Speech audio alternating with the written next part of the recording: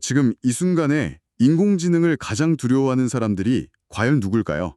아마 여러분은 그 스마트폰 앱이나 식당 키오스크 앞에서 막 쩔쩔매시는 기성세대를 가장 먼저 떠올리셨을 겁니다. 네, 보통은 그렇게들 많이 생각하시죠. 새로운 기술이니까 어르신들이 더 무서워할 거다. 이렇게요? 맞아요.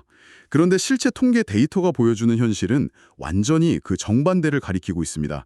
AI에 대한 가장 극심한 공포와 불안이 바로 이 기술을 매일 가장 많이 사용하는 집단인 청년 세대 한복판에서 터져나오고 있거든요.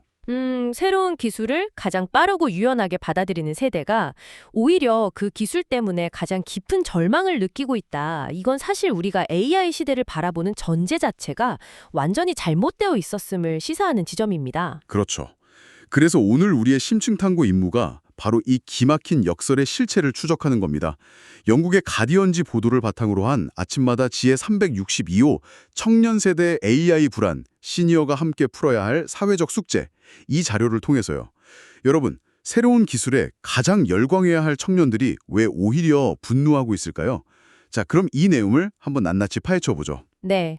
이 막연해 보이는 세대적 우울감을 정확히 이해하려면요. 실제 영국에서 진행된 대규모 인식조사 데이터부터 좀 살펴볼 필요가 있습니다. 그 영국 대학가 쪽 데이터 말씀이시죠? 맞습니다. 킹스 인공지능 연구소랑 KCL 정책연구소가 공동으로 내놓은 자료인데요. 이게 표본이 굉장히 입체적이에요. 대학생 1000명, 그리고 16세에서 29세 사이의 비학생 청년 1000명, 고용주 500명, 일반 다중 2000명까지 쫙 포괄했거든요. 와, 표본 규모도 크고 각 계층의 시각을 교차 검증하기에 되게 완벽한 조건이네요. 네, 그런데 이 데이터에서 정말 눈을 의심하게 만드는 숫자가 하나 등장합니다. 바로 사회 소요, 그러니까 폭동에 대한 전망이었어요. 폭동이요?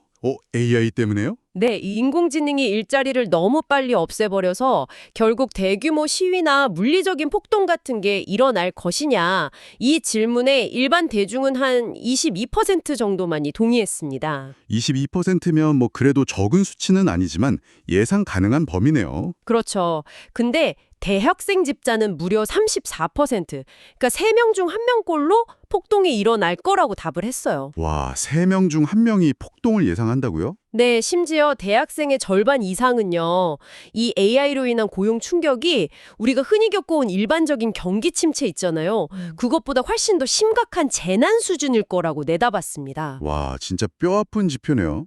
근데 여기서 약간 모순 같은 게 하나 생기잖아요. 이렇게 AI를 두려워하면서도 학생들의 77%가 한 달에 최소 몇 번씩은 AI를 쓰고 있고 27%는 심지어 매일 사용한다는 사실이에요. 직장인들 사용 비율이 46%인 거랑 비교해보면 이건 뭐 압도적인 헤비 유저들인 거죠. 그러니까요. 근데 더 충격적인 건 매일 AI를 쓰는 학생 중에 무려 89%가 사실관계 오류나 그 환각 현상 같은 치명적인 문제를 직접 겪었다는 거잖아요. 네, 37%가 명백한 팩트 오류를 경험했고요. 31%가 그 없는 말을 지어내는 환각 현상을 겪었습니다. 여기서 흥미로운 점은 우리가 이 AI가 왜 오류를 내는지 그 구조를 잠깐 짚어볼 필요가 있다는 거예요. 그 확률적으로 단어를 뱉어내는 그 원리 말씀이신가요? 사전이 아니거든요. 본질적으로는 방대한 데이터를 바탕으로 다음에 올 가장 그럴듯한 단어를 추론해내는 예측 엔진일 뿐입니다.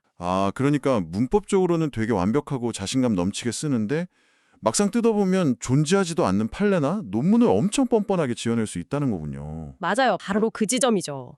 아니 근데 89%나 되는 학생들이 그 뻔뻔한 거짓말을 경험하고도 계속 쓴다는 거잖아요.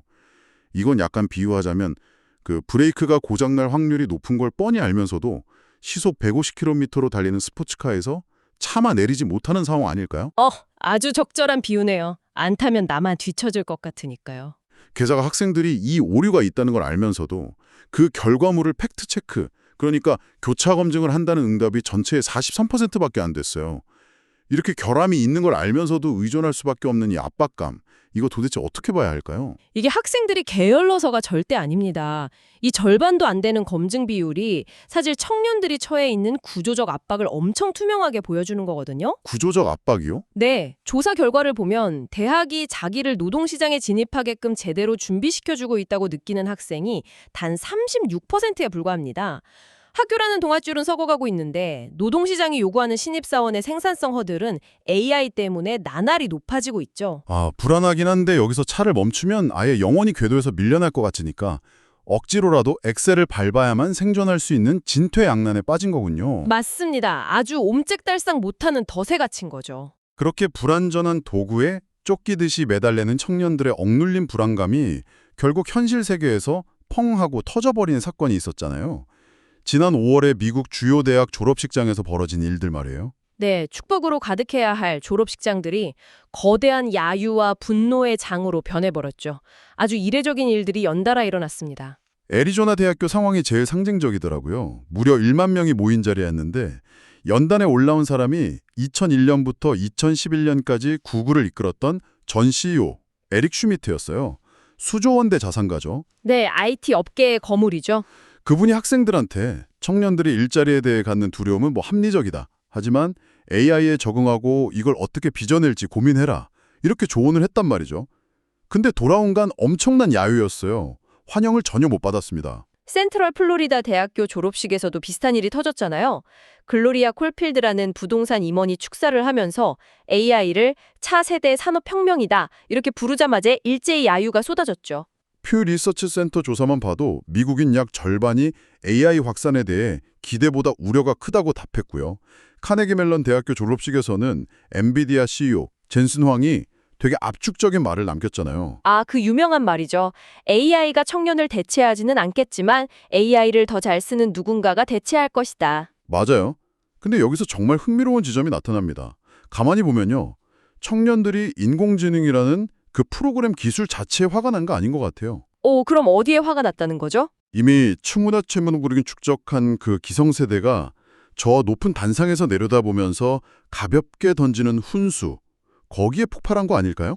청년들 입장에서는 우리는 이미 다 누렸으니 너희는 이 재난 같은 파도 속에서 알아서 살아남아라. 약간 이렇게 들렸을 것 같거든요. 이 현상을 더 큰 그림, 그러니까 거시적인 경제 구조랑 연결해보면 그 분노의 인과관계가 아주 명확해집니다.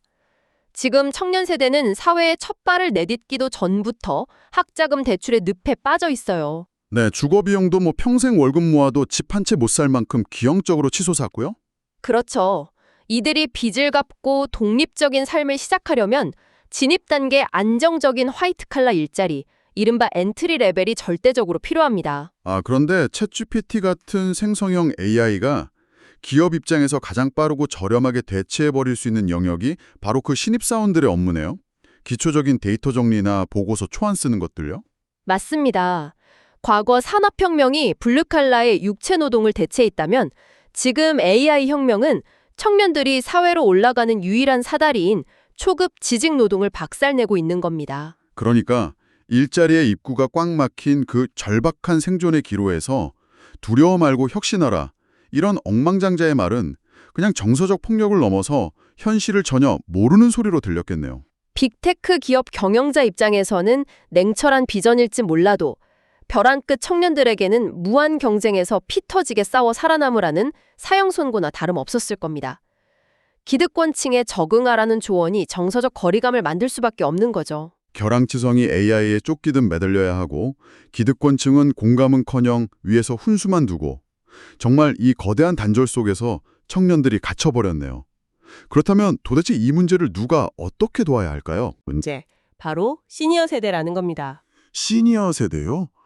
아까 우리가 AI를 덜 익숙해야 하는 세대라고 했던 그 기성세대 분들이요? 약간 의외의 결론인데요. 역설적으로 들릴 수 있지만요. 이 문제가 단순히 기술력의 싸움이 아니라 속도전에 대한 통제, 그리고 생존 위협에 대한 심리적 지지의 문제라면 시니어 세대만큼 완박한 구원투수가 없습니다. 이게 손주뻘 세대만의 일이 아니라 시니어 세대와 아주 깊이 맞닿아 있는 문제거든요. 그렇다면 시니어 분들이 구체적으로 어떻게 위로를 해줘야 할까요? 일단 자료에서 명확히 피해야 할 행동부터 짚어줍니다. 어쭙자는 위로는 절대 금물이라는 거죠. 우리 땐 더 힘들었다거나 시간 지나면 다 잘 될 거다 이런 말은 단절만 가속화할 뿐이고요. 그저 판단 없이 끝까지 들어주는 자세가 필요합니다. 그냥 묵묵히 들어주기만 해도 힘이 될까요? 네, 왜냐하면 시니어 세대 자체가 우리 사회가 가진 가장 견고한 제도적 기억, 즉 인스티튜셔널 메모리를 갖고 있기 때문입니다. 아, 그러니까 뭐 IMF 외환 위기나 뭐 카드 대란, 2008년 글로벌 금융 위기 같은 엄청난 경제적, 사회적 파국을 겪어낸 분들이시잖아요. 맞습니다. 한 번의 거대한 격변이 인생의 모든 것을 영원히 결정짓지 않는다는 그 진실을 그냥 머릿속 지식이 아니라 살아남았다는 경험으로 증명해 주시는 거죠. 와, 그건 진짜 말로 표현할 수 없는 엄청난 안정감이겠네요. AI는 효율성을 극대화하는 건 잘해도 무너졌다가 다시 일어나는 회복 탄력성 같은 알고리즘은 없으니까요. 네, 그 산전수전을 다 겪은 시니어 세대의 묵직한 회복 탄력성, 이게 청년들에게는 억만장자에 훈수하는 차원이 다른 든든한 사회적 안전망이 됩니다. 그럼 일상에서 이런 기성세대의 지혜를 구체적으로 어떻게 실천해 볼 수 있을까요? 아주 가벼운 행동 지침들이 제안되고 있는데요. 시니어분들이 나는 늙어서 저런 거 모른다면서 AI를 멀리하지 마시고 청년들이나 가족을 곁에 두고 가벼운 일상을 함께 해보는 겁니다. 어떤 것들이 있을까요? 예를 들면 약 복용 시간표를 표로 좀 만들어 달라거나 병원에서 받아온 어려운 안내문 용어를 좀 쉬운 말로 풀어서 찾아달라, 혹은 가족에게 보내는 편지를 AI로 다듬어 달라, 이런 부탁을 해보는 거죠. 아, 그렇게 자연스럽게 접근하는 거군요. 근데 여기서 아까 그 영국 학생 89%가 겪었던 환각 현상, 그게 떠오르네요. 정확합니다. 여기서 가장 중요한 원칙이 나옵니다. 시니어 세대의 진짜 역할은 AI 결과물이 나왔을 때 그걸 절대 맹신하지 않고 팩트 체크를 유도하는 겁니다. 아, 이거 문장이 그럴듯하긴 한데 정말 맞는 말이니 우리 진짜 의사 선생님이나 다른 전문가한테 한 번 더 물어보자. 이렇게 교차 검증하는 습관을 만들어주는 거네요. 네, 숨막히는 속도전에 매몰된 청년들의 멱살을 부드럽게 잡고 잠시 멈춰 서게 해주는 거죠. 야, 맹목적인 속도전 대신에 기계의 대답을 의심할 수 있게 브레이크를 밟아주는 존재. 이게 진짜 시니어 세대만이 해줄 수 있는 귀중한 역할이네요. 이는 매우 중요한 질문을 던집니다. 기술 격변의 시대에 가장 강력한 자본은 최신 AI 기술력이 아니라 무언가를 의심하고 확인하는 마음의 여유와 세대 간의 신뢰라는 걸요. 그렇다면 여러분, 이 모든 게 도대체 우리에게 무슨 의미일까요? 기술의 족도가 빨라질수록 왜 이렇게 사회적 책임과 세대 간의 소통이 중요해지는지 오늘 참 많은 생각이 듭니다. 매일 AI에 의존하면서도 팩트 오류와 일자리 위협 사이에서 불안해하는 청년들의 억눌린 공포. 그 공포가 억만장자들의 무책임한 조언과 부딪히면서 졸업식장 야유로 폭발했던 현실을 살펴봤습니다. 그리고 결국 이 혼란을 잠재울 열쇠는 빅테크의 화려한 기술이 아니라 수많은 위기를 넘겨온 시니어 세대의 묵직한 경험과 멈춰서서 의심하는 세대 간의 연대에 있다는 게 오늘의 핵심이었죠. 네, 오늘 심층 탐구 여정을 마무리하면서 여러분께 한 가지 도발적인 질문을 던지고 싶습니다. 만약 머지않은 미래에 인공지능이 코딩부터 글쓰기, 기획 같은 기술적인 업무를 완벽하게 자동화하는 시대가 온다면요. 역설적으로 인간에게 가장 비싸고 귀해지는 이른바 프리미엄 스킬은 과연 무엇일까요? 프롬프트를 잘 쓰는 기술 같은 건 아닐 것 같네요. 그렇죠.